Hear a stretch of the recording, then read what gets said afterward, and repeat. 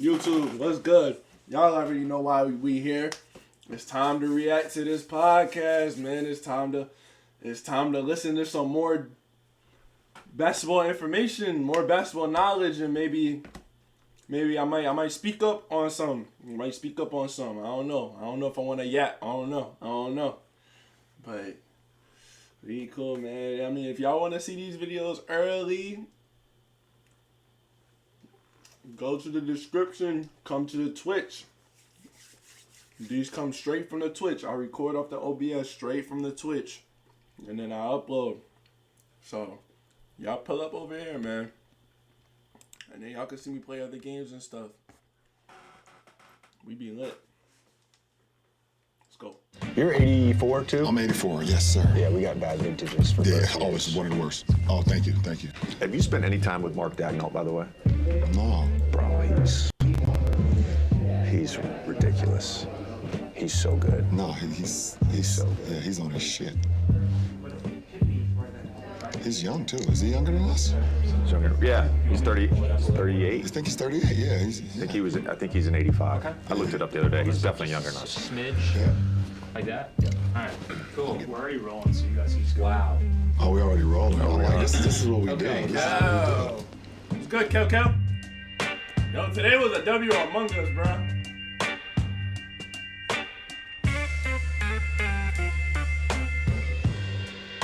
I didn't expect it to be that fun, but that shit was fun.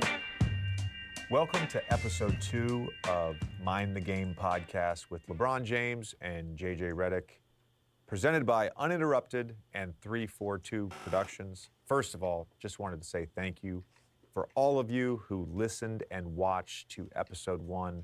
We greatly appreciate the positive response from all of the stuff that we talked about. There's a lot more of X and O stuff in episode 2. The title of episode 2 is simply The Hardest Actions to Guard in the NBA. No, not necessarily the hardest players to guard, but some of the best players in the world are involved directly in these actions, as you will see when we break it down. And 2 of the actions that we focus primarily on in this episode are the Golden State split screens and inverted pick and rolls. All right, before we get to the plays that we're going to cover, I want to go over some of the key terminology. All right, the first 2 words are tilt and fire. I want to be clear here. Every team in the NBA has a code word or a word for a double team. A lot of teams I played on, we had a color scheme. So blue was a double team from the nail. Green was a double team from the baseline side. In this case, tilt and fire represent those colors. Tilt means in a post-up, a double team from the baseline side. Fire means in a post-up, a double team from the nail. And of course, we covered what the nail was in episode 1. Next 2 terms are hedge and blitz. So these are common terms in pick and roll coverage. Now in the NBA right now, not a lot of teams hedge in pick and rolls. A hedge is simply when the screener's defender jumps out past the screener and tries to reroute the ball handler around the screener's defender, and then the screener's defender will retreat back to the screener. Again, not a lot of teams do that, primarily because everybody can shoot the basketball. Sometimes in inverted pick and rolls, or sometimes as teams are targeting matchups, certain players will hedge. So for instance, if LeBron James is being guarded by Jonathan Kuminga and he wants to get a switch for Steph Curry, he will have whoever is guarding Steph Curry come set a pick and roll. And more times than not, Steph Curry will hedge, reroute LeBron, and then return to his man. That is what a hedge is. A blitz is simply a double team on a pick and roll. All right, a ghost screen, or as LeBron calls it, a bluff screen. A ghost screen is simply when you run into set a pick and roll and you essentially don't stop. I just but got you just off run playing past Among Us the with pick the and roll. bros. We was playing Among Us and from you either now go on. to at the three-point line or you slip to the basket. That's essentially what a go screen So is. now I'm finna watch It's a go this. screen because you're not really there. You're essentially just trying to create confusion for the two defenders involved in what looks like a pick and roll, Creating a but is distraction actually just a on go the screen. screen. Tag and 2-9 go hand in hand. We have a defensive 3-second rule in the NBA. So as a defender, you're only allowed to be in the paint for 3 seconds without guarding anyone. There's two ways around this. I only put emo You because can I didn't want nobody tag snitching. a cutter, which simply means touching a cutter as he goes through the paint. 2-9 is simply a game of cat and mouse. How long can you be in the paint in a help position I mean, it's a Chipotle. while not guarding anyone, but not get a 3-second violation? All the chicken is gone now. All I You're got is trying rice to left. be in and out in 2.9 seconds. That's what we mean by 2-9. So when you're watching a game and you see a player with 1 foot in the paint, 1 foot out of the paint, 1 foot in the paint, 1 foot out of the paint, almost like a tap dance, he's 2-9ing. A couple other simple terms: backside, weak side, strong side. Strong side is simply the side of the floor where the ball is. So if a Get your player own, is bruh. on the right wing, the right was side hungry. of the floor is the strong side. If a player is There's more positioned in rice the than corner, chicken. What do you expect? while that player has the ball on the right wing, then the player in the corner is on the strong side of the floor. If a player is in the left corner, opposite the ball, the other side of the court, he's in the weak side. Backside is a little bit interchangeable with weak side. Backside is also a play where a player gotta balance starts it in a yourself. No. corner opposite I was the ball. hungry. Let's say the point guard passes to the 5-man at the top of the But key. get your own, bro. The player in the corner then receives a pin down and comes along the 3-point line and gets a dribble handoff from the 5-man. That's backside. Think Manu Ginobili in San Antonio. Or, even better, think Redick in Philadelphia. All right, I want to go over what is called a Varejao screen. A Varejao screen is actually named after LeBron's teammate in Cleveland, Anderson Varejao. And all a Varejao screen is when a screener... They finally won a game. I'm Selena Samuela. I'm here to talk to you about the New Balance Red Bruh, Foam X. LS. These are super comfy. Screener flips the side and angle of the screen. Let me show you. In this case, the X's are the Merry offensive Christmas, players, the bum. O's are What, the defensive bro? players.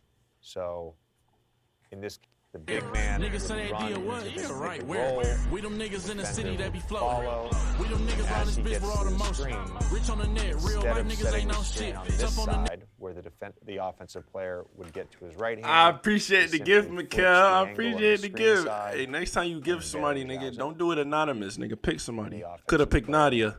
Gets to No drive cap. away from the defense because most of the time, this defender of the screener has followed. Appreciate And it. it's If you wanna assumed he's wanna gonna pass provide Allen, help you know you could do defense on another this one. side. If you wanna pass Allen, Varejao.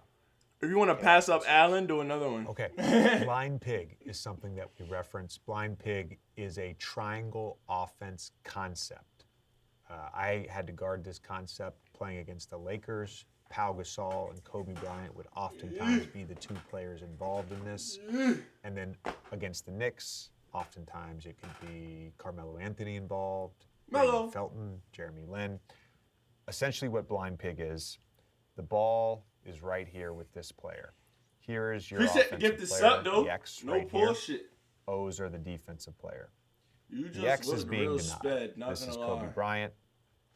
This year, Hey, never This mind is- about that, Mikhail. Don't gift her. Don't gift her. Give somebody Isaiah else. If you're gonna Hartenstein give somebody else, don't give will Nadia now. flash Don't gift her. to the elbow. She's cooked. The ball then goes to Isaiah Hartenstein right here.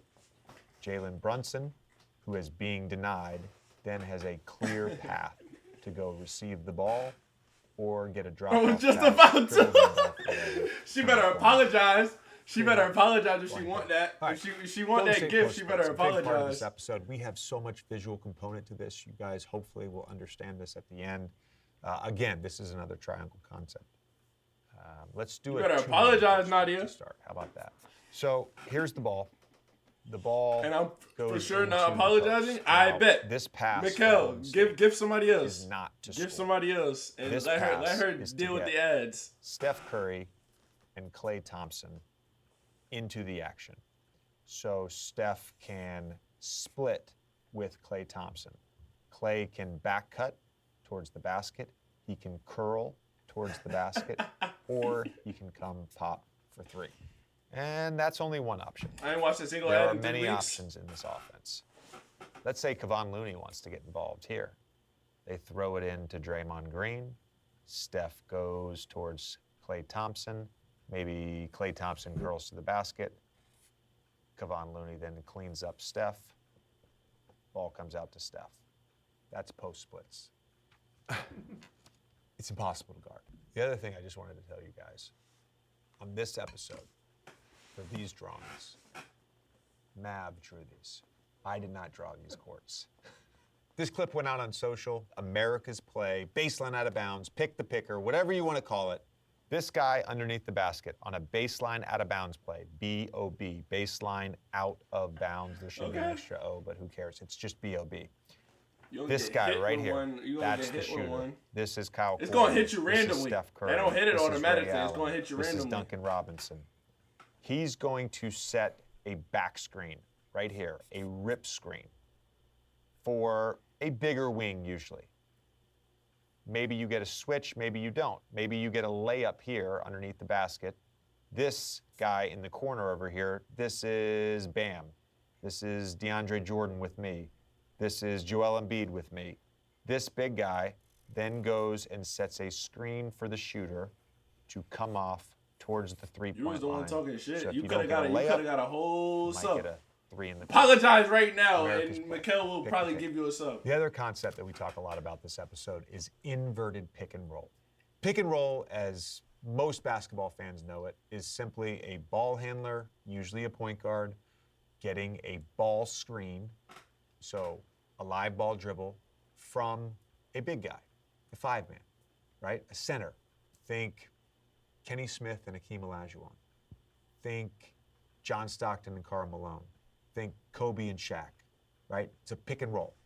A normal pick and roll, the smaller player has the ball, the bigger player sets a screen for him. Inverted pick and roll is simply when you invert that. In this case, a bigger player has the ball, and a smaller player, oftentimes a really good shooter, sets a ball screen for the bigger player. Facts. Very rare that big guys can do this, but certainly a lot of them can. Joel Embiid, Nikola Jokic, Anthony Davis, Giannis, of course. Bigger wings will also run inverted pick and rolls. So this is Duncan Robinson setting a pick and roll for Jimmy Butler. This is me setting a screen for Ben Simmons. That is an inverted pick and roll. We actually had a call in Philadelphia. It was called 12 rub rifle. So 12 was just a 1-2 pick and roll. I'm the two-man. Ben was the one-man. Rub was our name for a high pick and roll, which means in the center of the court. Rifle, I'll get to that in a second. So an inverted pick and roll would be the smaller player setting a screen for Ben Simmons, right? If I set a good screen, Ben could get all the way to the basket. Sometimes I would slip to three, though. In that case, Ben would throw me the ball.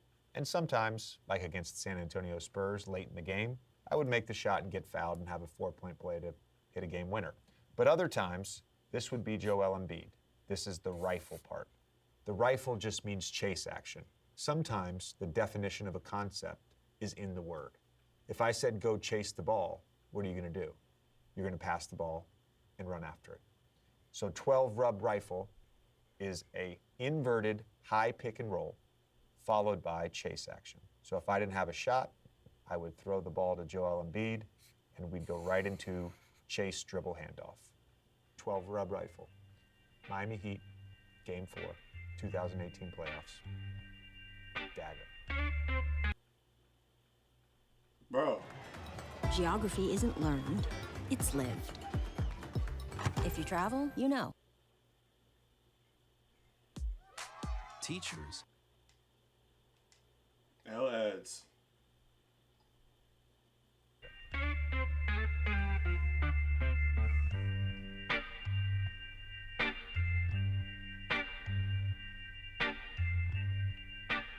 Do you look at basketball as a puzzle in some ways?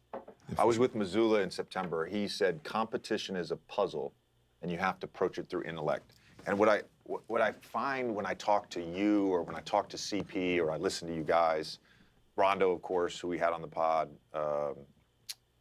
last year, it's like, it's exploitation. I used the word manipulation once with Chris, and he did not like that word. So I'm going to use a different word today. It's exploitation. You're exploiting, and sometimes it's maybe basketball IQ. Sometimes you're maybe exploiting a matchup. I know that I was exploited a lot at the end of my career, because by that time it was about target hunting. Yeah. And oftentimes when I was on the court, I was the target. It is like And it's pick on the white guy, huh? This is bullshit, man. I don't like that, man. It bothered me so much. I mean, I remember, dude, when I was with Philly and like we ended up not playing you guys in the playoffs, but like that first year in Philly, because I was guarding point guards that year, because Ben wasn't good enough on the ball yet. Right. They had him guarding bigger wings. Right. So I had to guard point guards first time in my career. So like, all of a sudden I'm navigating a pickup point with Damian Lillard at 35 People would never feet. understand that either, by the way. Yeah. People that just watch casual basketball would never understand if you've been guarding two guards or small fours or whatever your whole career, and then 1 year you have to make the shift to now guarding point guards. It's a whole different. Your antennas is now like It was so different. screens are coming. You're not used to getting hit with screens. You know, like it's a whole different. If the big don't talk to you, get cracked. You like, what the fuck are you guys doing back there? And 9 times out of 10, most bigs are not going to talk anyway. No, I remember there was a game with like with Charlotte and Kemba Walker. You know, he's a shifty motherfucker. He's a shifty motherfucker. There's and not too many guys. He's doing that little left drop spin move, and sure. I'm like, come on, man. Like, what am I supposed to do? Yeah, for But real. I remember we played you guys a few times that year, and I'm on the point guard, and you're just like, come here every time.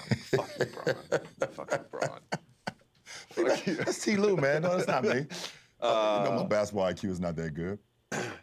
But I think part of it, it's not, for me at least, as like a when I played, of course, but also as an observer now. Yeah. Part of the matchup thing. So if I go switch on you, right? You've now got a favorable matchup. Part of it is not just so that you can get a shot. Part of it, like basketball, boils down to, can you put 2 on the ball? Yeah. And now you create the 4-on-3 on the backside. Yeah. I don't think many people know that. You know why? Because everyone now, it's a narrative of this thing called, I have a bag. That's true. Or he doesn't have a bag. That's true. It bothers the fuck out of me. Everyone thinks just because you get a favorable matchup that it means it's one-on-one time. Let's play ones. That's all you hear the kids talk about now. You want to play ones? You want to play ones? What the fuck is this? This is not Jordan versus Bird Nintendo. Like, it's 5-on-5. And yes, if you have an opportunity to have a favorable matchup and you can beat your man, but realize something. Most great teams are going to send help. And can you make the right reads? Can you make the right reads? Can you instill confidence in your teammates the kids say, let's to run win? ones. You've scored twice on that favorable Everybody matchup. want to 1v1 people these days. Do you know that the double is coming? And you have to see it either coming from the tilt on the baseline or from the fire from the nail. You have to be ready for that. Like, and it takes time for guys. And some guys don't want to learn and won't learn because they just want to play ones. I've had guys on the court that literally said to me before, why y'all doubling me? Stop doubling me. Let me play ones. You have 40. You have 40. No. You have 40. We're going to double you, not only because you're great, but also I know none of your teammates have been in a rhythm all game. And we're going to see if they can make a shot. And if they do, Derek Jeter, salute, cap to you. 2 things on that. I think the Clippers game the other night was a great example of that. So, first of all, they're one of the most switch-heavy teams in the NBA. They right? are. So it wasn't abnormal that you got going in the fourth quarter and they were switching Daniel Tice onto you. That is their normal defense, right? It is. So you hit a couple shots on him, then they start doubling, right? And then you're making the read. There's a downhill or like a snowball effect going down a hill to this, right? It's like one thing leads to another. So I think in some ways the player has to establish that he can score in that matchup. Correct. And then the next part is he has to establish he's going to then make the right read if you double. Correct. Then all of a sudden, if you're the offensive team, all bets are off. You're going to get whatever you want. You're going to get whatever you want then. Because the defense has no choice. There's nothing they can do then. They're not only are they off balance, they just like, oh shit, there's nothing we can do. Because not only is the guy that's been dominating the one-on-one matchup, making the right reads individually in that matchup, he's been scoring, he's been getting fouled, he's been drawing attention. But now you're seeing the double, and now his teammates are making shots too, and the momentum shifts. The offensive team, there's nothing they can do wrong. Do you think teams concede the switch too much? Like, do you think teams switch too much? Yes. Do you think more teams should just, if you're Atlanta, should you just hedge with Trae Young? Absolutely. Absolutely. It's funny you say that. In the Clipper game, we had switching built in versus Kawhi and versus James and whatever the case may be, and I vetoed it in the second half because I know T. Lue more than any other player that's ever been with T. Lue, and I know he plays target ball too. And it got to a point where I knew in order for us to get back into the game, switching anybody else into Kawhi, it's not favorable for us. I might as well just get ready for the Wizards. So I vetoed it. Are you able to do that on a nightly basis though? Like take that matchup. It's asking a lot, LeBron. It's asking a lot. At 39, with I think I saw it the other day. I think I have like 70,000 minutes. I was explaining to my wife the other day. She asked me, how am I feeling when I came home after the game? I said, babe, just imagine buying a 2003 Escalade and it's 2024 and you never changed the tires. Damn. So rub my feet, please. And I've never changed the tires. These are the same tires from 2003. So can I do it every night? I don't want to say I could do it for a whole game. I mean, I can't. I'll take the challenge for sure. But that's just, I'm a competitor. I was born that way. I was taught that way. I'll die on the court because I just love it so much. Am I being realistic? I got to pick my spots. Definitely got to pick my spots. You've also picked your spots though on the offense end. Like I was talking with Darvin about this, and I've spoken with Austin too. There's definitely a stronger ability. I don't want to know if ability is the right word, but a stronger ability, like to just let D'Lo run the offense, to let Austin run the offense. And I know you had that at different points in your career with different guys, but it seems like you're more content at this stage in your career to like, I'm going to pick and choose my spots about when I'm the primary creator. And when I'm for sure. I mean, it comes with trust. It comes with trust too. Obviously last year in the Memphis series, AR gained a lot of trust from me, but also had trust in him to make the plays. I believe it was game 3, maybe, or game 2. I think they had home court. Yeah, they had home court. So it was either game 1 or game 2, where in the fourth quarter, I just was like, AR, let's go win it for us. And I wanted to see, like, I play a lot of chess, not in real life. I've actually, a lot of people have told me you should play chess because you'll be great. I've never played chess, but in my mind, in theory, I feel like I play chess on the floor. Yeah. And I feel like if I could get AR and instill AR and that confidence in that fourth quarter to make plays and win that game, it was just going to pay dividends for the rest of my time with him and the rest of his time when I'm not with him. You know, I love seeing the success of my teammates more than anything. Like, and so to have the ability now to be just like, I pick my spots. Hey, D-Lo, you got it. You know, AR, you got it. You know, it means a lot, not only for me, but for our ball club. All right, I'm going to go over these blitz numbers because we're talking about 2 on the ball, and this is interesting. So this year, top 5 players that have been blitzed and pick and roll. Luka by a lot, by far, almost 200 more blitzes. Sure. And then everybody, the next 4 guys are bunched together. It's Brunson, Anthony Simons, Dame, and Book. Top 5 by ISO, Giannis, Kawhi, Julius Randle, Anthony Davis, and Banchero. Those are the top 5 by ISO guys. Yep. It's interesting. I looked up your blitz numbers in the tracking era, and you were first in ISO doubles in 13 and 14, second in 15, 16, and top 10 in 17, 18, and 19, 20. You've never actually been in the top 20 in blitzes against pick and rolls. Why do you think that is? Because I make all the right reads. I think it's that simple. You're it's right. that simple. Teams know they can't blitz me in the pick and roll. But what's interesting about Luka, I think, he's one of a handful of guys in this era that can make any pass against a double team. Any. James is one of them. Yep. You are for sure. Luka's one of them. Yep. So why are you blitzing him? I don't understand it. Especially with the shooting they surround me with too. It doesn't make sense. Like, I get the Brunson thing has been since Randall's out. Yeah. The uptick in blitz has for gone sure. way up, right? They don't have that. I get that. Yeah, for sure. I get that. I get that as well. You know, you have to. He's a one-head monster right now with the Knicks, and they blitzing him and making other guys beat him. I saw Golden State do it a lot last night as well before our game.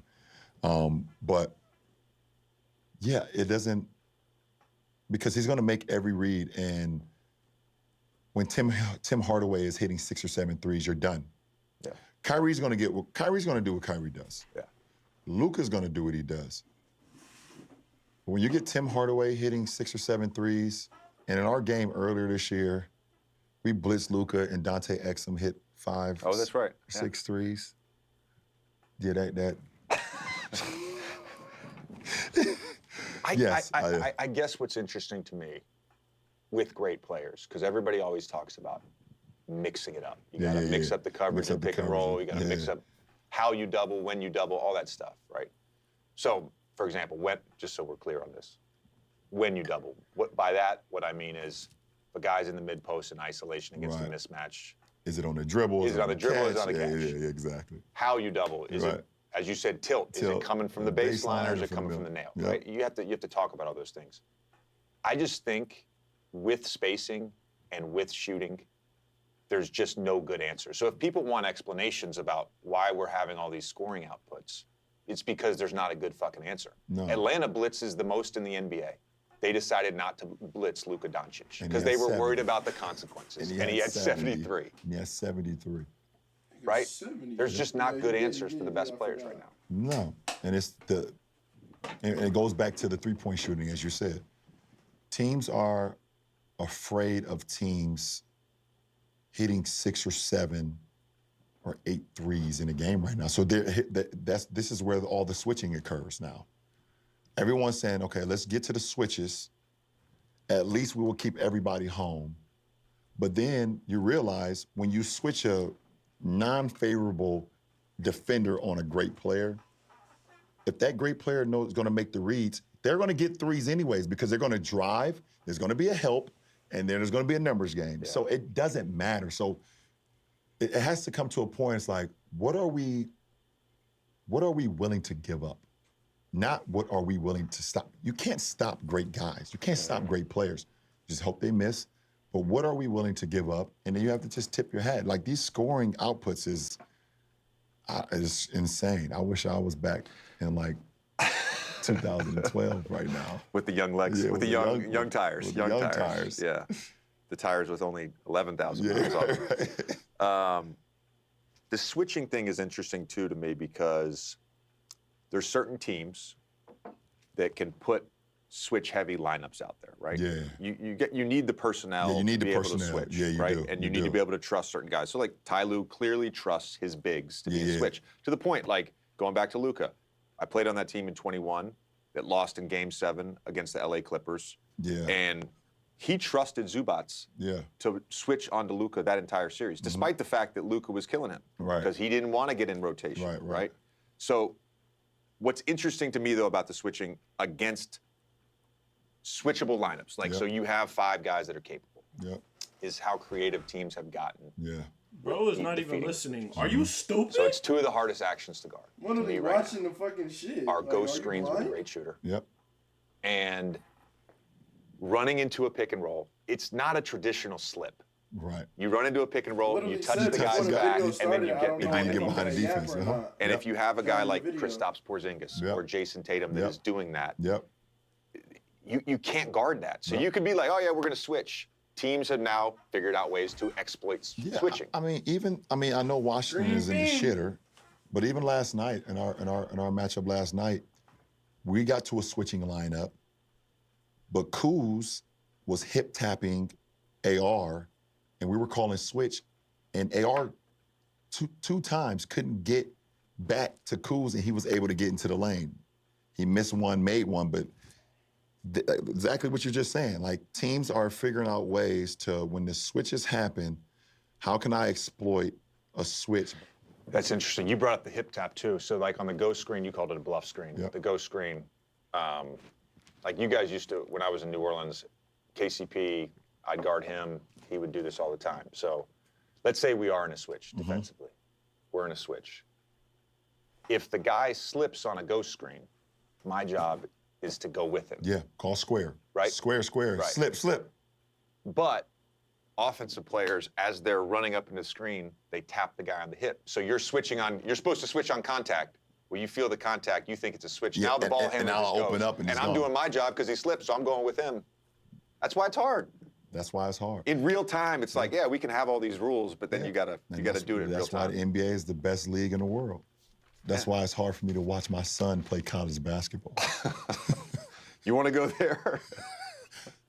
I loved you in college basketball. I fucking hated Duke, but I love watching you. I love Duke now because K is my guy now, obviously, for obvious reasons. Obviously. But it is hard watching a 40-minute college basketball game.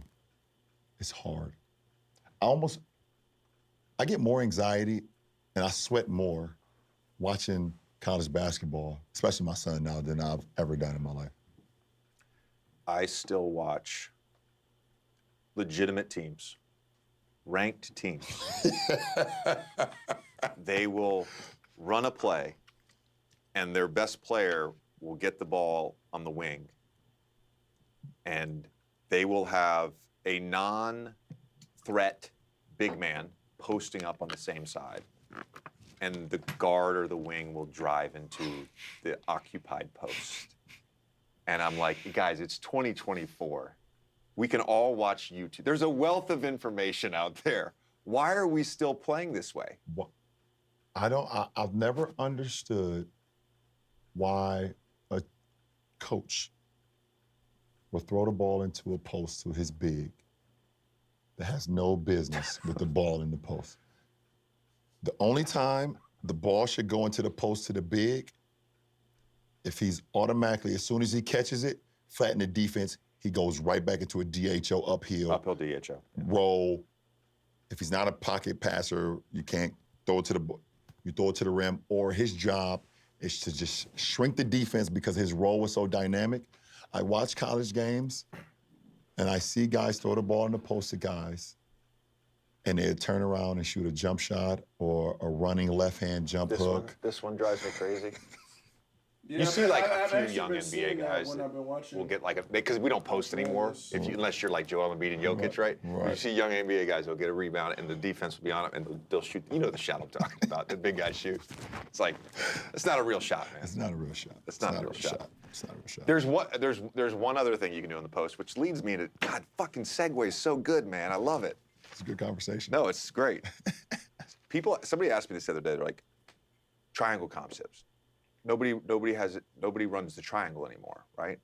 Does it exist in the NBA? And the truth of the matter, there are still concepts that exist. There are. So we don't, the Chicago cut, which was when you throw it in the post, the guard would cut through, screen in the middle of the paint for the big guy. You don't want to switch that. If you do switch it, Pekovic from Minnesota would Yeah. catch the ball at 5 feet against sure. me and just jump hook, Yep. right? Easy breezy. Yep. Teams don't really run the Chicago cut anymore. The two things that they still run, blind pig, Yep. which New York runs for Brunson all the time, Yep. where Hartenstein or Mitchell Robinson flashes to the elbow. Yep. You deny Jalen Brunson, he's Yep. getting that back cut going downhill. They'll get into the step-up pick and rolls with blind pig action, Yep. right? And then the Golden State post splits. Yes, splits. The post splits. The post splits.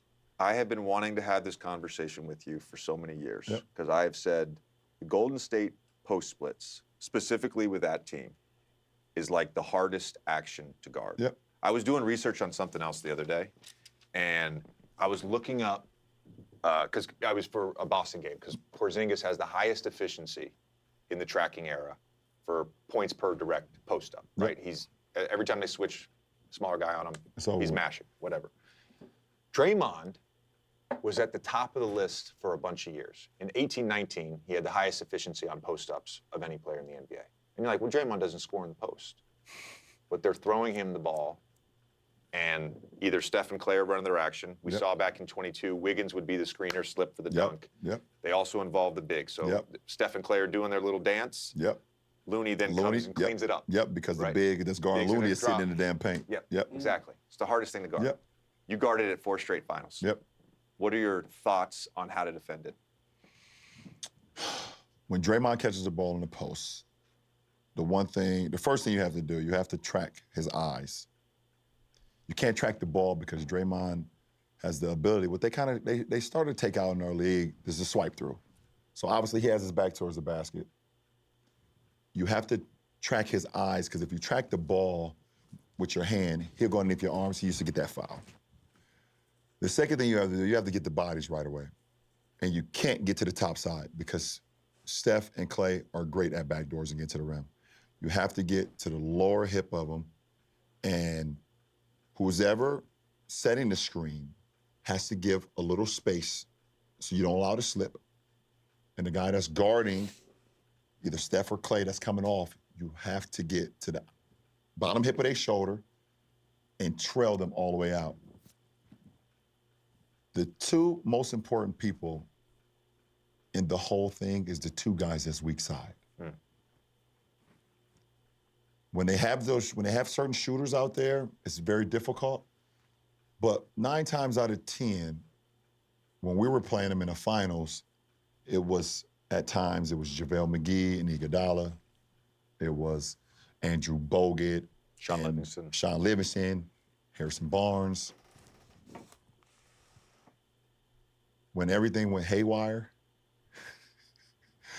when it was fucking Kevin Durant over there and another shooter, it was impossible to guard because you couldn't help from the weak side because Draymond's such a great IQ player. If you tag from the guy on the weak side, he throws it all the way across court. You can actually see, there's a play that you can watch on YouTube probably where they were taking the ball out on SOB. Side out of bounds. Yeah, not son of a bitch. Sorry, guys. Side out of bounds. And I was getting ready. I was 2-9ing on the strong side because they were about to get into some split action. Steph takes the ball out and throws it all the way to the weak side corner by their bench. And I try to close out to KD because I'm trying to shrink the floor. He throws it from the sideline out of bounds all the way across. I close out, slips, falls on the ground. KD dunks the ball. But back to your point, that I don't understand. Well, I do understand why most teams don't run it because they don't have They don't have the personnel. They don't have the personnel. They don't have the There are personnel. certain teams that, like right now, Mike Brown in Sacramento is kind of running some split action. Yeah. He has those shooters. He has obviously Kevin Huerter. He has the kid Keegan Murray who can shoot the piss out the ball, and also the speed of De'Aaron Fox. They playing a lot of pinch posts with DeMonis, who's now triple-double threat every game. You need a passer. You have to have, You have to have a passer. You have to have a Sabonis passer or like Draymond. that. Yeah, exactly. You're like DeMonis, Draymond, Marc Gasol back in his day. Certain guys, obviously Joker, he's one of a kind, but you have to have the personnel. You have to have the personnel. The thing with the post splits for me is like, let's say they involved Looney. What do they call you? What do your kids call you? Dad. Why? No, when you coaching, what do they call you? Coach JJ, Coach Oh, they Redick, just call me JJ. They just call you JJ? They Oh, just call me shit. Okay. Unlock your iPhone first. No, we don't want to talk to you right now, Siri.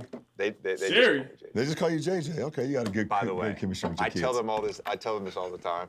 You brought up the flubbing, that ATO play. Yeah. I don't care if you miss a shot. I don't even care if you take a bad shot. I've never yelled at a kid or gotten on a kid for taking any shot. Right. I never have. Now, I may, after a game, be like, hey, we were up 7 with 42 seconds. You didn't need to shoot a contested step back 3. We could have just dribbled the clock out, right? What drives me crazy, though, is when I draw an ATO, and then we go out, and they forget it. It's like, dude, it's been 10 seconds. My big thing with them now is like, don't worry about what I'm drawing up. Just watch you. That's it. Pay attention to That's you. it. Just watch you. Just watch That's you. you. That's Anyways, it. so let's say you involve Kevon Looney or whatever. Yep. And so the big decides to be in a drop back here. Yep. So Steph and Clay, they're up here doing their dance or whatever. Yep. They're going to get an open 3. Yep. Right? Yep. This nigga If LeBron you say yup too damn much. Switch out with Kevon Looney's guy. Yep. I think what's always been difficult Yep. for me is someone who's guarded that action. You were talking about body position. Yep. Yep. Bro, sometimes it doesn't matter. They're so good. The second you get on that angle, the second you turn your head, the cutting to the basket is the hardest part to me. Yep. Yep. Like, I can chase over a screen and get a contest on a 3. Yep. But they're just, they keep you off balance, which is interesting that you bring up the weak side being the key to the whole thing. But that's like, what you're saying is advanced basketball IQ. You know what? You're saying if I'm guarding Draymond in the post, Kevon Looney is at the quad. They're doing their thing. At the free throw line. They're doing their thing. You're saying that if he has a wide open 3, why not? Are you saying Draymond's man just go take, and then Kevon Looney just stays in the paint? Is that what you're saying? No, I'm saying as this guy, Right. as one of them. Yep. So we can switch this action. Yep. Let's say we're switching this Yep. action. I'm saying if Kevon Looney is so worried, he's in this, his guy's in this drop, Right. and he's off the body, we're going to live with the contested 3. Yep. Yep. Right? You're going to give that up if you're worried about taking the layup. Yeah, for sure. The second you bring Kevon Looney up, they're getting a layup. Yeah, for sure. They're getting a layup. Yeah, you're gonna lay up. It's too Yeah. hard to guard. Yeah. The dance is too hard. Right. And they've done it Yeah, so many you're right. times. You're absolutely You right. go back to that 22 finals run where they just all right, so Wiggins is getting guarded by whoever, Draymond's got the ball, and we're just going to involve 2 people. We're not even going to put the big in there. Yeah. How many cuts did Wiggins get? He runs into the split action and doesn't even stop. He don't even just stop. slips He right to it. And it's a layup. And you know or what's a dunk. interesting? You think about that run. You're talking about getting in the playoffs. You can't beat high basketball IQ teams with a low basketball IQ team. No, there's no And way. at the time, some of those teams I didn't think were high basketball IQ teams. You're absolutely right. It's interesting. Aaron Gordon talked about that because they beat them in the first round, and that was a big takeaway for me. Now, they didn't have the personnel. They didn't have KCP, right? They didn't have the personnel. Murray was hurt. Mm-hmm. But I'm not saying would never say a guy's dumb. I'm saying basketball IQ. Yeah, for sure. They got outsmarted that series. Yeah. Jokic was a monster, all that stuff, but they got outsmarted. They got outsmarted. And Aaron Gordon has talked about coming off of that series being like, I gotta become a smarter basketball player. Yeah. To win at the highest To level. win at the highest level. And he did it. He did it. There's a lot of other things I would do in basketball too. Like, it's a couple other coverages I would do. The pick-to-picker, B.O.B. Not bombs over Baghdad, but baseline out of bounds. Yeah. America's play. Yeah, America's play. Yeah. You have the guard, you have the best shooter sitting in the middle of the lane. Yep. You have the biggest wing sitting at the top. Yep. 5 is on the strong side. You have the point guard taking it out. Yep. Yo! In the weak side corner. In the is weak big side guy. corner. Yeah.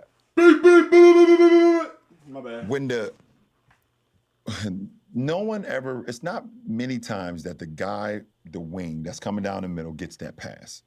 Because in theory, if you're guarding the ball, 1,000, 1,000, take away the basket, and then jump out, right? Facts. To take away the shot. I've always wanted to, no coach has ever allowed me to do this or given me the freedom to do this. Green light. The guy that's guarding the ball, when he says 1,000, 1,000, 1,000, why doesn't he just take the guard that's coming out for the pick-to-picker and the guard that's guarding the pick-the-picker guy just falls right to the guy that's taking the ball. Yeah. You go 1,000, 1,000. JJ Redick is flying off left, right, where you know he's dangerous. He can shoot straight up and down if he wants to, or he's going to fade if he wants to as well, maybe kick you. It's my natural shooting motion. It's my natural shooting motion. I'm guarding the ball. I just take JJ, and the guard who was chasing you just falls right to the guy that's taking the ball out. That's one. That's not. We could talk about that. So no. So what's interesting about that? I like that. I'll tell you why. Because like someone who ran that play, right? So whether I slipped or set the screen, I'm coming off. A lot of teams after 1,000 would send the guy guarding the takeout guy. They'd send him to me. Yeah. The problem is, my guy's still chasing me. So what happens? I get the ball. I don't have a shot because now I got two guys at me. It's a quick pass back to the inbounder. He gets a layup. So don't chase you. That's what I'm saying. It's actually a good coverage. Take you to the screen. Yeah. And at the screen, the X5 that's guarding the pick-the-picker big opens up and you slide right to the guy that's guarding. I didn't know if you wanted a second glass. I didn't know. Okay. I love talking basketball, by the way. The other play, and it goes back to the ghost screen, that I think is really difficult to guard, and you've been the ball handler in this case, is the inverted pick and roll. Mm-hmm. So Giannis, fucking Jokic now, Embiid now, all these guys, That shit they take the weakest defender, Yep. they take a shooter, whatever it may be, and they go set an on-ball screen for the big. For the big. Last night in the Knicks game, Draymond had it at the top, and Steph was in the paint to go set the high pick, to go set this inverted pick and roll. Now, Steph has a number of options here. He can slip out, he can set the pick, Yep. they can go back to a dribble Yep. handoff if he passes Steph. Like, their two-man dance is really hard. Mm-hmm. They decided to top lock Steph so he couldn't get to the screen, and Steph screened him. Steph screened him into Yeah. Draymond's guy. Draymond got a wide open dunk. Yeah. That is a insanely difficult Mm-hmm. action to guard. Fucking last year in the Western Conference Finals, I can't remember which game it was, but it was in the fourth quarter. They ran that 3 times with Murray as the screener, Jokic as the ball handler. On the right wing. Right wing, right in front of the bench. Yep, right in front of the bench. Yep. How would you guard that? There's a couple ways you can. How do you guard it and how do you stop it is two different things. Depending on the ball handler and his shooting ability, if he's not a great shooter, or numbers-wise he hasn't shot the ball well, then the guard that's guarding the screener, we call it a smack. Yeah. You stay body on body with the screener, and the big that's guarding the ball, X4, X5, whatever, goes 2 removed. So he goes not only under the screener, he goes under his teammate as well, if the big is not a great shooter. Mm-hmm. If the big has it going and he's shooting it well, i.e., it could be, Joel, it could be Porzingis, it could be Joker, where he might be shooting it well, then the guard can get out and give a hard-ass hedge, and the big that's guarding the ball goes 1 remove. So he goes underneath his player, in between his player and the offensive player. If that doesn't work, then you have to switch and then fire. And that's with Joker, that's what makes their team insanely to guard, because when you switch and you fire, he can make every single pass. And fire means double from the top. All right, so 2 things to this. So in the first scenario, this is why I'm asking you, because I want to tell you now why it's hard, and you know this. I'm not telling you, I'm telling the audience. The first scenario, which you described, which is a non-shooter, i.e. Giannis, i.e. Ben Simmons. Okay, so I'm setting an inverted. We called it 12, and we would get in. Sometimes we get into 12 rub rifle, which is then I would slip out. Ben would hit me. I'd swing it, immediately go to chase action with Joel in the right corner. For sure. I either get a shot or a pocket pass to Joel, right? But in a normal 12 rub with Ben, if the defense was all the way back, he has a runway. Not only that, I'm just going to go get a dribble handoff and get a wide open shot. Yeah. So if you want to play off of Yeah, Joel no, with Maxey, and Maxey wants to, Maxey can just go get the ball and shoot a pull-up jumper at any point in time, right? The other reason I think this is so hard, because I took a lot of pride in my screening. Big guys are terrible at navigating screens. For sure. So in the second scenario, when you're talking about going third man remove, that sounds great in theory. Right. The problem is... I mean, maybe I was just speaking from No. I have Anthony Davis, so I know. who's a hybrid. But yes, you're absolutely right. That's the other part of this. Right. Is like, and by the way, they let guards. They just do. Yeah, I can hold that. For He's sure. not used to like for sure. shooting the gap. No, you're like, right. You go run like a normal high pick and roll where I'm going to screen the 5-man first. You know, I go down, screen the 5-man. I can come back up into Spain action, or I can go out to the corner. Like I would sit there. I'd sometimes be on the screen for 4 seconds. Yeah, for sure. They just don't know what to do, and then all of a sudden they're chucking me in the throat or pushing off, and I get an offensive And that's foul. what makes it even more dynamic, because then when you have a guy like Giannis and Ben when he was in his groove, and Joel and now Jokic, they have the ability to, obviously Giannis is like the best at it, and today he has the ability to have the defense go one way, and then the guard will flip screen it. So now the guard that's guarding X2, Varejao screen, of course, the Varejao screen. He'll be on this side, getting ready to show or blitz or hedge, and now they flip the screen, and when he crosses over, there's nobody over there. It's, and then once Giannis gets to the launching pad, it's over with. He's gonna dunk you and the ball in the ring. Oh! Come on, let's do it. Grandma the glass, man. JJ don't want to finish this. Oh, yeah. I brought these from home, man. For you. Zoltos? Yeah. You know it. LeBron, thank you for your generosity with the wine. Oh, appreciate I do appreciate it. I'll make sure. Home court. Last time I was ready. So I'll have some for you next time. I'm not listening, man. I can always bring the wine. Listen, I got plenty of it, and I'm needing somebody to drink with.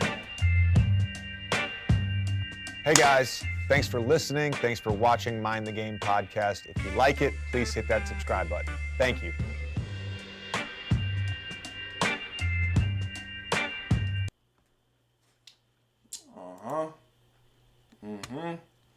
W video, man. Let me get my thumbnail real quick. I ain't gonna lie. I need my thumbnail for the video real quick. I think that'll work. Or I could just go. Yeah, I think that maybe, or just yeah. That's the thumbnail. But that was a good ass video. I ain't really talk too much because I was just listening, bruh. Just listening. I ain't had nothing to yap about with that episode like I did the last episode. But YouTube. Hey YouTube. I'm out of this bitch, man. Y'all want to see these shits earlier, pull up to the Twitch. You see how Nadia in here? Pull up to the Twitch. Now she gotta go to sleep. But YouTube, I'm out of here. Peace.